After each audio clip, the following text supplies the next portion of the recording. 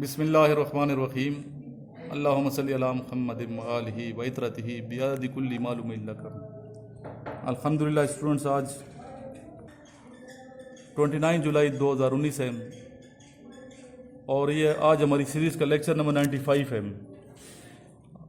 आज हम आपको प्रैक्टिस कराएंगे, प्रैक्टिकल दिखा के कि इंटरव्यू एक कैंडिडेट को कैसे देना चाहिए और इंटरव्यू में कैंडिडेट्स क्या गलतियाँ करते हैं जिसकी वजह से वो नॉट रिकमेंड हो जाते हैं।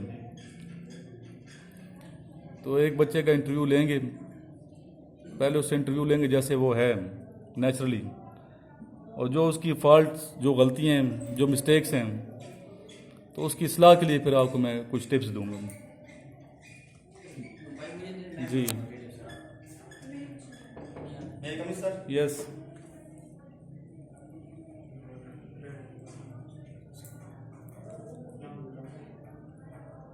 बैठ जाए। Thank you sir.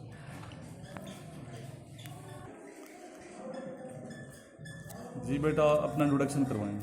मेरा नाम असगर अली हसन है और मेरे वालिद साहब का नाम इफ्तिखार अहमद है और मैं डी कॉम से। Okay, introduce yourself. My name is Asghar Ali Hassan and my father name is Iftikhar Ahmed and I am from D com. How many brothers and sister you have? Sir I have 2 brothers and 1 sister। आपके वालिद साहब क्या करते हैं? Sir वो tailor master है। Why you want to join Pakistan army? Sir मैं इसलिए पाकिस्तान आर्मी ज्वाइन करना चाहता हूँ सर, क्योंकि ये एक रिस्पेक्टेबल प्रोफेशन है और मुझे बचपन से शौक है कि सर मैं आर्मी ज्वाइन करूँ। एफएससी में आपका रोल नंबर क्या था? सर मेरा एफएससी में रोल नंबर था 33,000। और कहाँ से आपने एफएससी मैट्रिक कहाँ से किया? एफएससी सर मैंने कुर्तुबा कॉलेज से किया एफएससी और मैट्रिक भी ऐसे वहाँ से किया।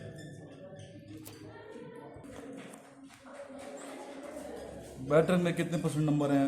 एफएससी में कितने परसेंट नंबर हैं? सर एफएससी में मेरे 65% हैं और मैट्रिक में मेरे 76% हैं।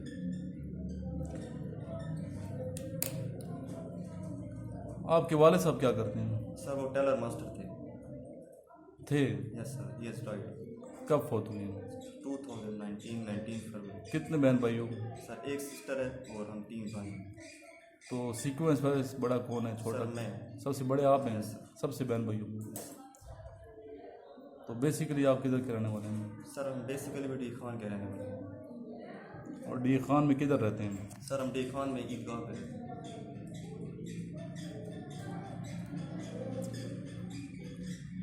अगर आप सिलेक्ट ना हुए, सर इंशाल्लाह मैं सिलेक्ट हो जाऊँगा। अगर आप सिलेक्ट ना हुए तो क्या करेंगे?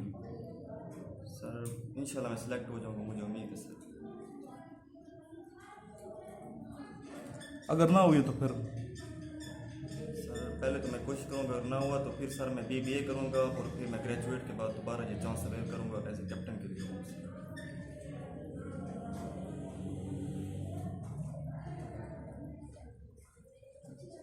अच्छा ये बताएं कि पाकिस्तान आर्मी के जो मौजूदा चीफ है, जी सर, इनका क्या नाम है? जनरल कमर जावेद बाजवा। पाकिस्तान आर्मी की जो खिदमत हैं जी सर। डेरा इस्माइल खान और गिरदोनवा के लिए क्या खिदमत हैं? सर उनकी ये खिदमत है कि जैसे कि हमारी पुलिस वगैरह पर टारगेट किलिंग हो रही है सर, तो उनके साथ भी आर्मी काफ़ी कोऑपरेट कर रही है ताकि उनकी भी जानें बच सकें और वो भी देखें कि ड्यूटी कैसे करते हैं सर। और दूसरी खिदमत ये है कि वो मतलब हर मोर्चे पर ठहरे हुए हैं और डी खान को पूरा एक तहफ़्फ़ुज़ फराहम कर रहे हैं कि डी खान में किसी किस्म की भी दहशतगर्दी ना हो सके। आपका जो बेस्ट फ्रेंड है जी सर। उसका क्या नाम है? सर मेरे बेस्ट फ्रेंड का नाम है सुलेमान। और उसकी क्या खूबियाँ खामियाँ क्या हैं? पहले उसकी खूबियाँ बताएं फिर उसकी सर खामियाँ उसकी बताएं। खूबी ये है कि सर वो एक बहुत सिंसियर है सर और हर वक्त सर खुश रहते हैं और दूसरों को भी खुश रखने की कोशिश करता है। 5 खूबियाँ बताएं। और उसकी एक खूबी ये है कि सर वो मतलब हर वक्त खुश रहता है और सिंसियर भी है सर, ऑनेस्ट भी है सर। और दूसरा सर ये है कि वो नमाज भी पढ़ता है सर और कुरान मजीद की तिलावत भी करता रहता है सर। खामियाँ क्या हैं उसकी? सर मेरा बेस्ट फ्रेंड है सर, तो क्योंकि मेरी आदत नहीं है सर मैं किसी में भी खामियाँ चेक करूँ तो मुझे नहीं पता उसकी खामियाँ। आपकी खामियाँ क्या हैं? सर मेरी खामियाँ सर बाइक राइडिंग करता हूँ सर एक तो मैं, और डिले इन प्रेयर सर, और थोड़ा टॉकेटिव हूँ फ्रेंड्स के साथ सर। अगर एकेडमी में आपको कोई सीनियर तंग करेगा तो क्या रिएक्शन होगा? सर मैं उसे बातों से पहले समझाऊंगा सर कि आप क्यों तंग कर रहे हैं। उससे पहले मैं समझाऊंगा सर, थोड़ा मोटिवेट करूंगा कि क्या बात क्यों तंग कर रहे हैं। अगर वो नहीं समझता तो सीनियर को कैसे समझाएंगे? सीनियर तो नहीं समझता, सीनियर को जूनियर समझाएगा। सर फिर भी मैं कोशिश करूंगा कि उसे बातों से समझाऊं और मुझे उम्मीद है वो समझ जाएगा सर। आपकी फैमिली में है कोई आर्मी में अफसर? आर्मी के अंदर अभी मेरा भाई सर सेलेक्ट हुआ FC। FC में एज ए सिपाही हुए? Yes sir. सही है। आपकी खामियाँ क्या हैं दोबारा बताएं ज़रा, बताई थी पहले मुझे। Yes sir. जी सर मेरी खामी ये सर, मैं बाइक बहुत तेज़ चलाता हूँ सर, और नमाज में सर थोड़ा लेट हो जाता हूँ, जमात के साथ नहीं पढ़ सकता, और फ्रेंड्स के साथ सर थोड़ा मैं टारगेटिव हूँ, ज़्यादा बोलता हूँ। टारगेटिव है। FSC में आपके क्या सब्जेक्ट थे? सर इसी में सर फिजिक्स थी, केमिस्ट्री थी, मैंने प्री इंजीनियरिंग की थी सर। प्री इंजीनियरिंग की? Yes sir. मैथ्स था? मैथ भी था सर। हाइपरबोला और पैराबोला में क्या फ़र्क है?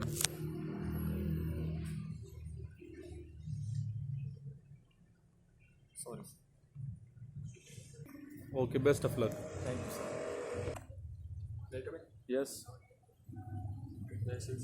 Please. Thank you sir. First of all, introduce yourself. Sir, my name is Fatin Lodi, son of Tokir Lodi.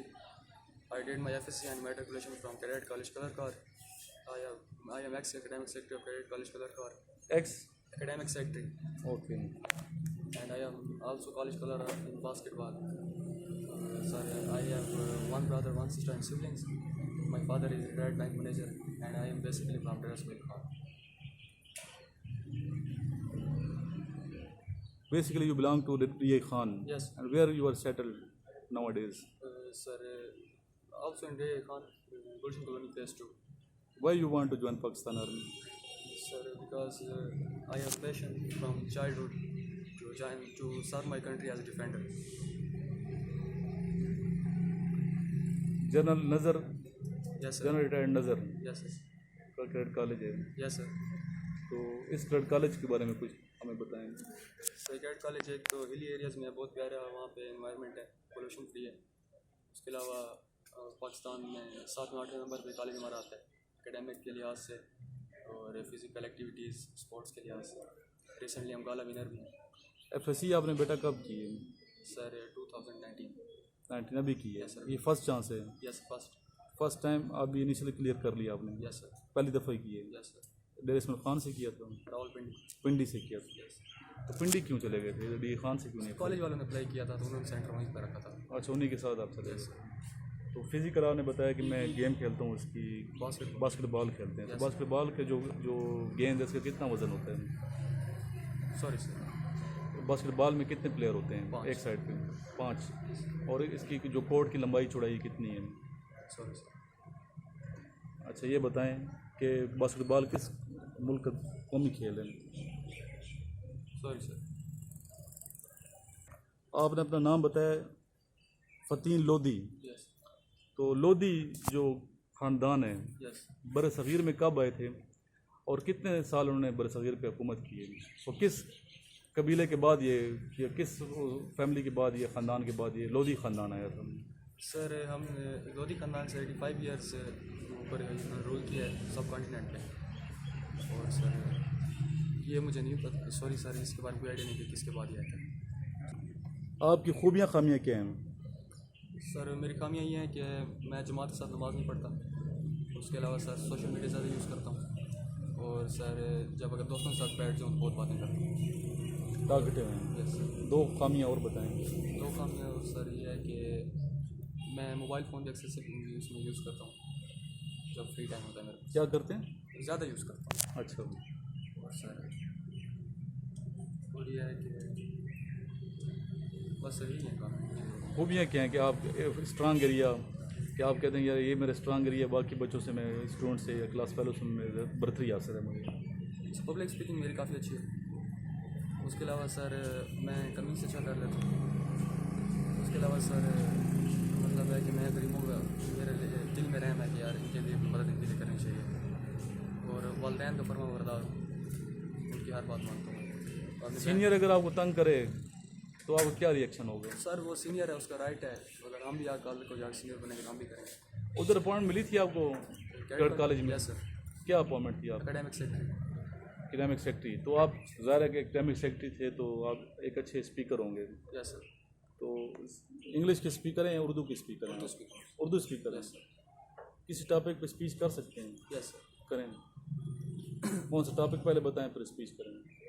Topic sir है कि पाकिस्तान आर्मी ने किस तरह मुल्क को खिदमत सर अंजाम दी। अगर हम देख सकते हैं कि पाकिस्तान आर्मी शुरू से ही जब से पाकिस्तान बना है पाकिस्तान के लिए खिदमत सर अंजाम देती आ रही है।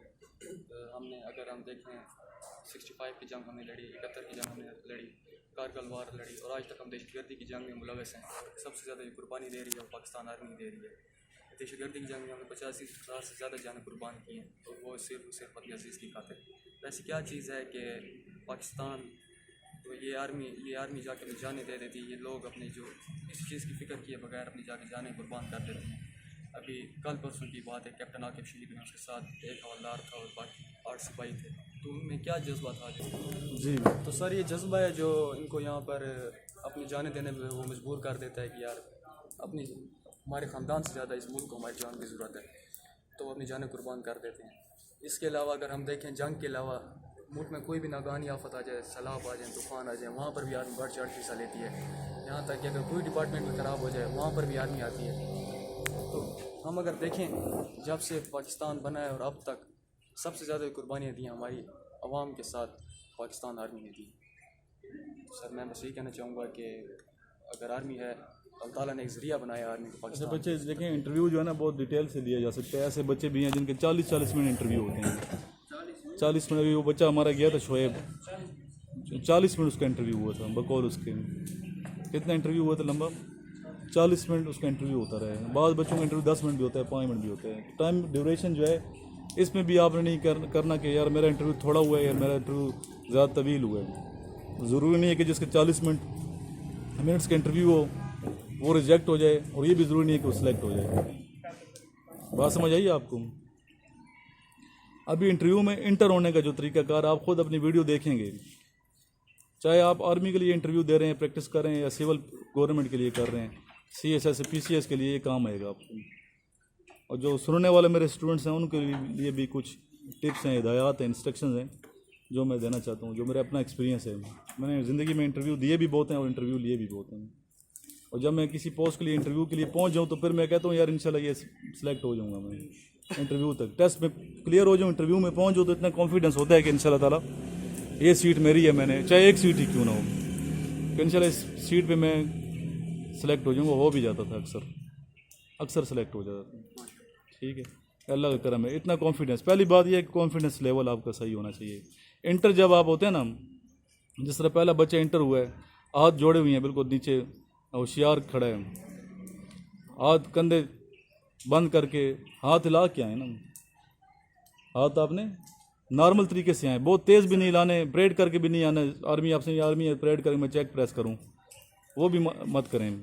अगर ठीक है कैडेट कॉलेज के जिस तरह आप हैं, कैडेट कॉलेज कलर कार के पड़े हुए हैं, अगर आप प्रेस कर भी दें चेक तो अच्छी बात है। लेकिन एक सिविलियन बच्चा अगर नहीं भी करता कोई बात नहीं है, लेकिन ये भी नहीं चेक प्रेस करेंगे आप, बिल्कुल चेक जिस तरह परेड ग्राउंड में चेक प्रेस, ऑफिस में वो काम नहीं करना, नहीं करना। ये सलूट वगैरह बगैर टोपी के वैसे सलूट होता भी नहीं है। ठीक है, जब तक बैरेट नहीं है तो सलूट ओवर एक्टिंग नहीं करनी, नॉर्मल आना है आपने बिल्कुल। नॉर्मल का ये मतलब नहीं है कि बिल्कुल आप ढीले डाले, लेथार्जिक, वो नज़र ना आए, एक्टिव नज़र आना चाहिए। एक्टिव होंगे तो अगला बंदा अप्रिशिएट करेगा और खुश होगा, आपको सिलेक्ट करेगा। मुस्कुराहट होनी चाहिए, बिल्कुल सीरियस, संजीदा। ठीक है, अभी मैं आपके वीडियो बना रहा हूँ शायद इसलिए आप परेशान हैं।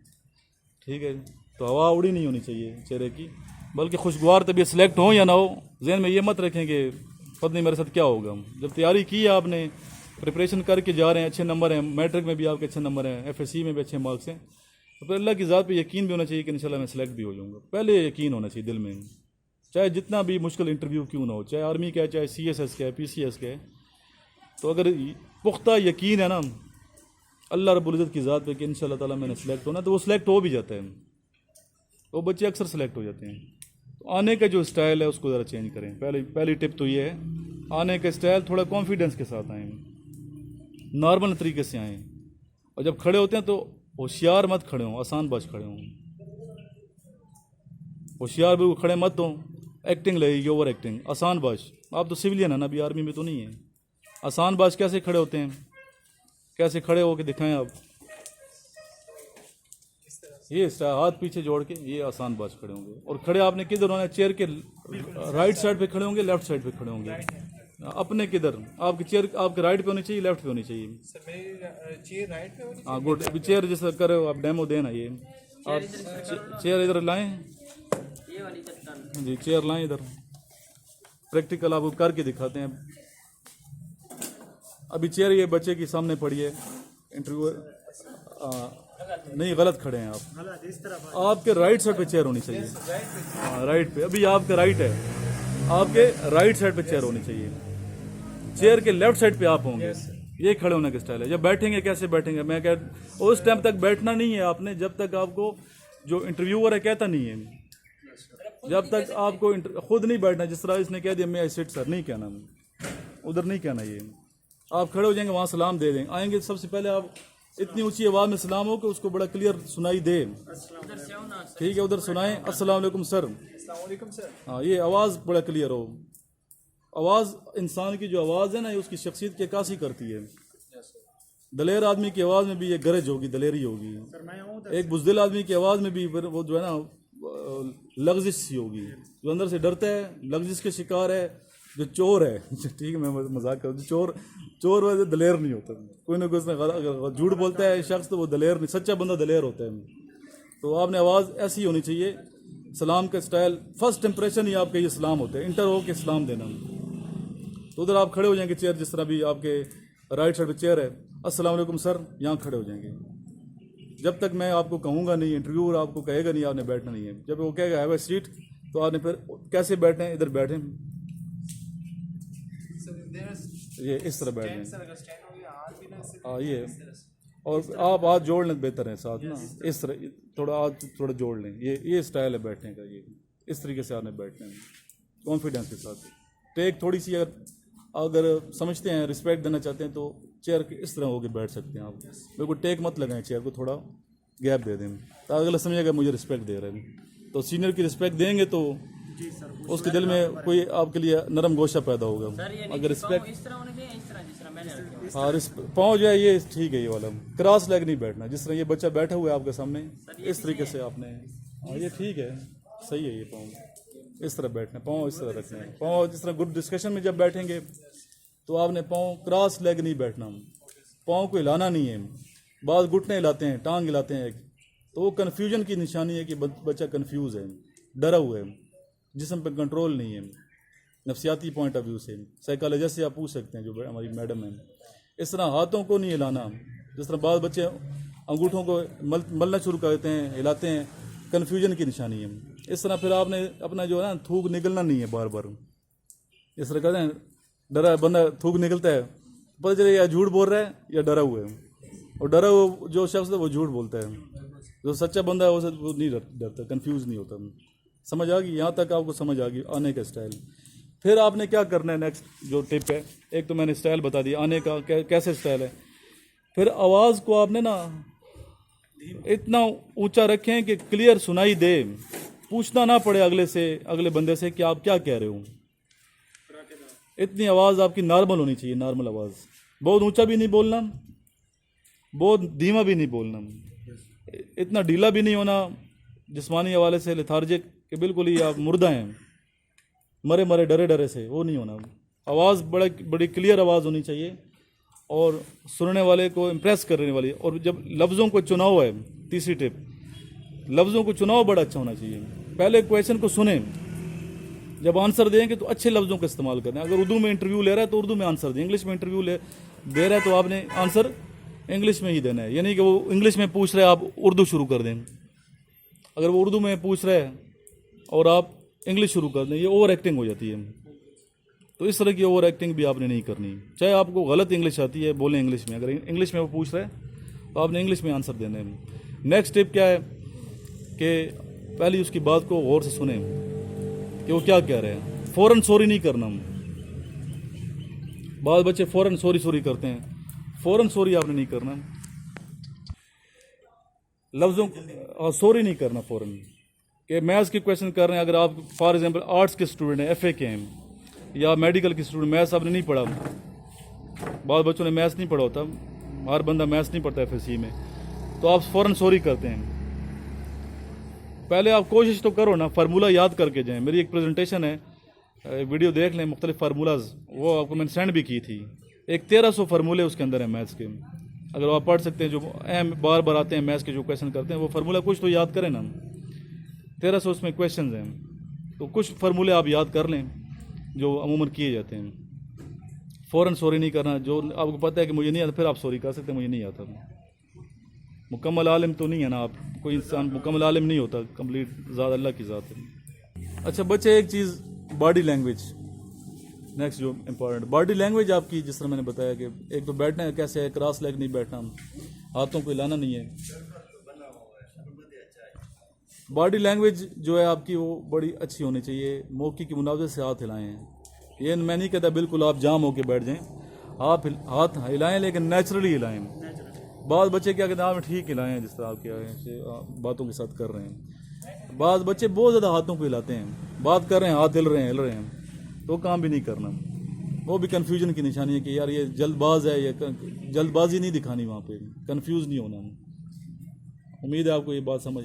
फिर आप जब बात कर रहे हैं या आप बात सुन रहे हैं, अगर क्वेश्चन सुन रहे हो या उसकी बात सुन रहे हैं या अपनी बात कर रहे हैं या सुना रहे हैं, किसी को गुफ्तगू कर रहे हैं, दुराने गुफ्तगू छत की तरफ नहीं देखना, आंखों को तेज झपकना नहीं है। आंखों को झपक रहे हैं बार बार तेजी के साथ, छत की तरफ देख रहे हैं, इधर उधर देख रहे हैं। आदत चेंज करो ना, ये तो मैं पूरी प्रैक्टिस है इसकी, आदत चेंज करनी है आपने, इसी आदत को चेंज कर। अभी एक बच्चा मेरे पास पढ़ता है, कैडेट कॉलेज की तैयारी कर रहा है 7वीं क्लास का, वो आंखों में आंखें डाल के देख नहीं सकता। क्यों नहीं देखता? शाह साहब ने सामने किया, क्यों? उसमें कॉन्फिडेंस नहीं है। तो हमने इधर ये तो कॉन्फिडेंट आपको बनाना है, कॉन्फिडेंस बिल्डिंग, तो मेन चीज़ कॉन्फिडेंस है। बहुत बच्चे देखें सिलेक्ट हो जाते हैं, इतना नॉलेज नहीं होता, कॉन्फिडेंस बेस पे सिलेक्ट होते हैं। तो कॉन्फिडेंस आपने, और ज़िंदगी में देखें वही बंदा कामयाब होता है जिसमें कॉन्फिडेंस होता है। कॉन्फिडेंस नहीं है, अगर कॉन्फिडेंस नहीं है तो सिलेक्शन नहीं हो सकती है। कॉन्फिडेंस बहुत ज़रूरी है। इसके अलावा इंटरव्यू के लिए जो ड्रेसिंग है ना, ड्रेसिंग बहुत इम्पोर्टेंट। ड्रेस, बाद बच्चे जाते हैं बहुत ज़्यादा शौक किस्म के चमकीले भड़कीले लिबास पहन के जाते हैं, ठीक है। चमकीले भड़कीले ड्रेसिंग पसंद नहीं करती आर्मी, वो नहीं करते। चमक, जिसके ऊपर चमक शाइनिंग होती है, ऐसे ड्रेस मिलते हैं 3 पीस सूट जिसमें शाइनिंग सी होती है, वो नहीं लेना आपने ड्रेस, बल्कि सोबर सा लें, शाइनिंग के बगैर लें। अगर टाई है तो मैच करती हो, बेहतर है कि मैच करते हो। अगर नहीं भी करते, आजकल फैशन क्या है, मैच वाला लेते हैं कि दूसरा लेते हैं, मैच होती है। बाद आजकल वो भी चलता है ना, बिल्कुल अलग होता है, तो कंट्रास्ट वाला ना हो। अगर कंट्रास्ट वाला ऐसा है कि जो सोबर है वो भी चल सकते हैं। शलवार कमीज़ में आपने नहीं जाना, शलवार कमीज़ में इंटरव्यू की कहीं भी नहीं जाना, चाहे सिविल का इंटरव्यू दे रहे हैं, चाहे आप फोर्सेस के लिए इंटरव्यू दे रहे हैं, शलवार कमीज़ में ना जाएं। हाँ, अगर आप जाना चाहते हैं सिविल के किसी वापडा वगैरह के महकमे में, तो फिर वेस्ट कोट तो पहने ना। अगर शलवार कमीज़ पहनी है तो ऊपर वेस्ट कोट, नीचे शूज़ होने चाहिए, पेशावर चप्पल ना हो, वो पसंद। अगर फौजी बैठा तो वो पसंद नहीं करेगा। इसके अलावा इंटरव्यू के हवाले से लेक्चर नंबर 16 है मेरा, एक लेक्चर नंबर 16 है, लेक्चर नंबर 32 है, और 2 और लेक्चर है, मुझे याद नहीं है नंबर क्या है, नंबर 8 है, मुझे याद नहीं आ रहा अभी। वो लेक्चर भी आप सुन लें, उसमें मज़ीद डिटेल आपको मिल सकती है कि इंटरव्यू कैसा अच्छा होना चाहिए, और ऐसी कौन सी टिप्स हैं जिसके ज़रिए से हम इंटरव्यू में एक इंटरव्यूअर को हम, ठीक है, इम्प्रेस कर सकते हैं और सिलेक्ट हो सकते हैं। और नॉलेज, कौन कौन सा नॉलेज तैयार करना है, 5 किस्म की फाइलें तैयार कर लें। ये बार बार मैं ये रिपीट कर रहा हूँ, ये अपने सुनने वालों के लिए, स्टूडेंट्स के लिए भी है। नंबर 1 पर्सनल फाइल में आपको बायोडाटा, और जो फॉर्म फिल कराएंगे पहले दिन बायोडाटा के, वो बहुत ही ज़्यादा ज़रूरी हैं। उसी फॉर्म में से पूछा जाएगा, मुख्तलिफ़ किस्म के फॉर्म होंगे, वही आप फॉर्म उनके सामने होते हैं, जो आप लिखेंगे वही पूछेंगे। ये नहीं लिखे कुछ और, बोलते कुछ और हो, तो पता चले ये झूठा शख्स है, झूठे को तो नहीं आर्मी पसंद करती ना। तो पर्सनल बायोडाटा, पेरेंट्स क्या कहते हैं, मैट्रिक में रोल नंबर क्या था, एफएससी में कितने % नंबर, अगर अभी पढ़ रहे हो किधर से। फिर आपने जिस तरह आपने बताया, ये क्या नाम है बेटा, असगर अली, कि असगर अली ने बताया कि मैं कुर्तबा कॉलेज में पढ़ रहा हूँ। अभी मुझे क्या पता कुर्तबा किधर है, ठीक है मैं डेरा इस्माइल खान में हूँ तो मुझे तो पता है, लेकिन उसको क्या पता है किधर है। उसकी ब्रांच तो सऊदी में भी है, उसकी ब्रांच पेशावर में भी है। सिटी बताओ ना साथ, कुर्तबा कॉलेज डीए खान से मैंने की है एफएससी, समझ आइए बात। फिर आपने क्या कहा, सोशल हूँ मैं, सोशल नहीं हूँ, ये नहीं सोशल होना चाहिए ना, तो तनाई पसंद मैंने बताया कि नहीं। फिर आप जो है ना थोड़े सहमे से लग रहे हो मुझे, असगर अली, आवाज़ ऊंची रखो ना, अभी आप खुद देखेंगे अपना लेक्चर, सहमे से ना हो, दलेर हो। दाढ़ी आपने माशाल्लाह रखी है तो खत शत सही है बनाया हुआ है अभी, तो जो बाकी जो बच्चे खत शत बना के जाएं, खत शत होना चाहिए, कटिंग शटिंग ठीक, जिस तरह इस बच्चे की कटिंग है ये आपके सामने है, फौजी बन के जाए ना। एक ठीक है कैड कॉलेज क्या, लेकिन आप भी तो आर्मी में जा रहे हैं, कटिंग शटिंग बड़े जुल्फें शुल्फें, सर कुछ सिविल ऐसे कटिंग करके जाता है। हाँ जाए ना। आजकल तो देखें सिविल लोग भी इस चीज़ को पसंद करते हैं, कटिंग को, कटिंग करके। सर ये भी यार नहीं शौक है यार, ये तो शौक है उसका, कटिंग तो पसंद की जाती है। बल्कि जो आर्मी में नहीं भी जाना चाहते हो आजकल इस तरह का फैशन है, कटिंग कराते हैं लोग, फैशन है कटिंग का, बड़े बालों का फैशन नहीं है, ठीक है। जुल्फे शुल्फे ख़त्म हो गई हैं, तो जुल्फे शुल्फे जो रखते हैं वो फिर बालों को ठीक है झटके भी देते हैं, और झटके दे के आखिर में नाकाम भी हो जाता है, ये मैं बता रहा हूँ आपको। तो ये काम नहीं करना आपने। तो इसके अलावा आपने सोशल बताया, नेक्स्ट आपका है, आपने ये नहीं बताया इंटरव्यू में, इंट्रोडक्शन जब कराते हैं, इंट्रोडक्शन बहुत ज़रूरी है, ब्रीफ टू द पॉइंट, और हर चीज़ उसमें होनी चाहिए, जामे जिसे कहते हैं ना, जामे, मुख्तसर मगर जामे जवाब दें, क्या कहा जाता है, मुख्तसर मगर जामे में सब चीज़ें शामिल हो जाती हैं। 8-10 लाइनें होंगी, लेकिन 8-10 लाइनें में पूरा आपका इंट्रोडक्शन हो जाता है। सबसे पहले आपने क्या बताना है, सर भाई नेम इज़, अपना नाम, फादर नेम इज़, ठीक है।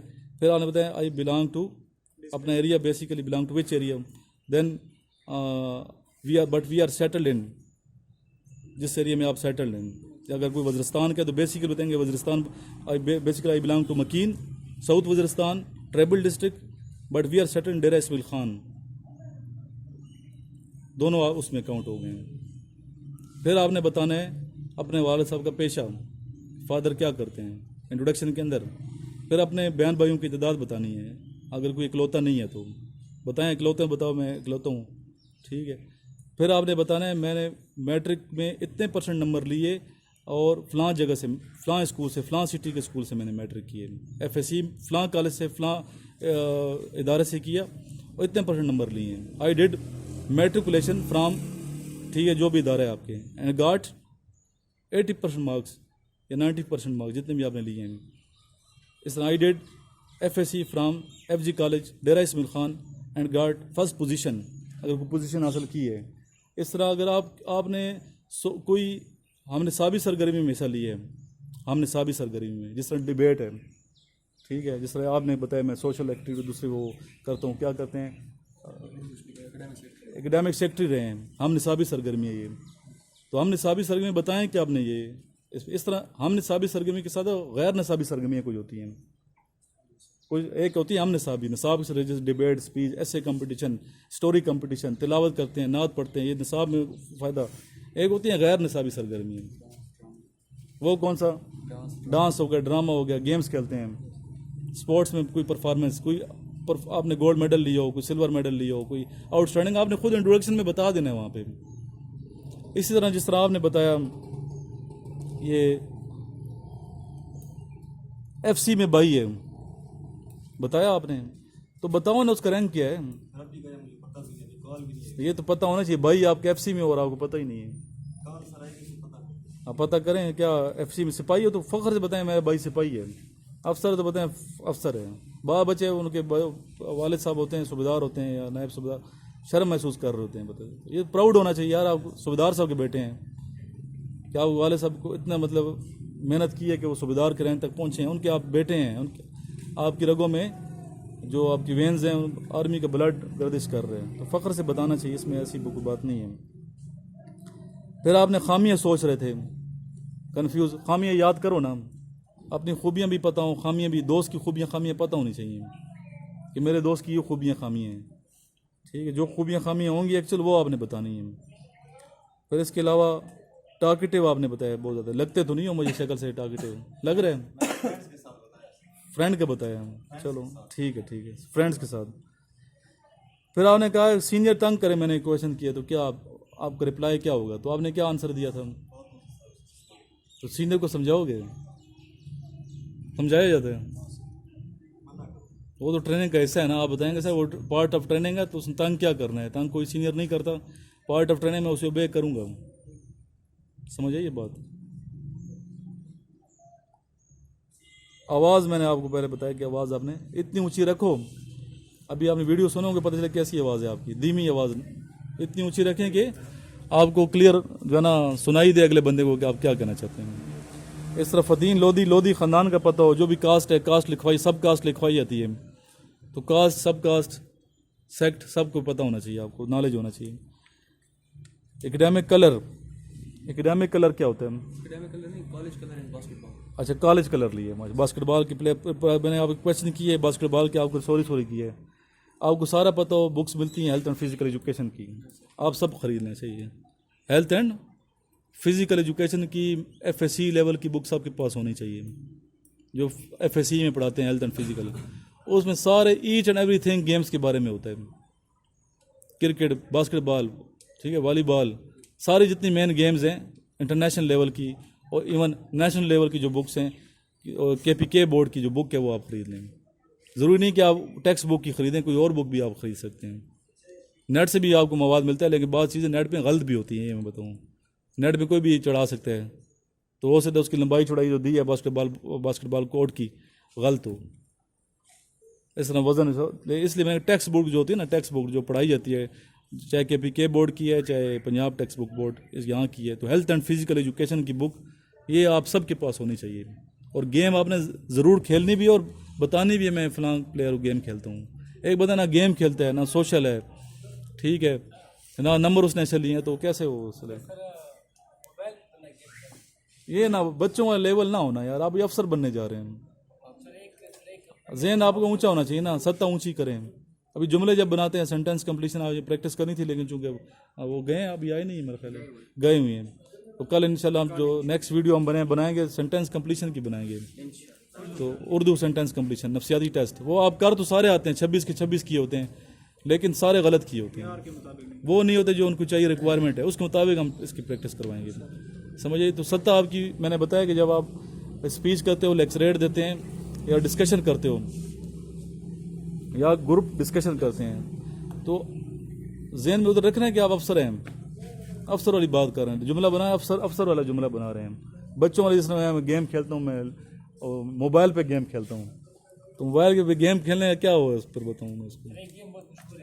ना ये मत बताओ, अच्छा ये ऐसे नहीं बताना कि मैं उस पर। अभी किसी फौजी अफसर को देखे, ब्रिगेडियर को देखे अफसर या चीफ गेमें खेल रहे हो बैठ के, टाइम ही नहीं होता उनके पास यार, वो खेलेंगे बड़ी हाई लेवल की गेम खेलेंगे।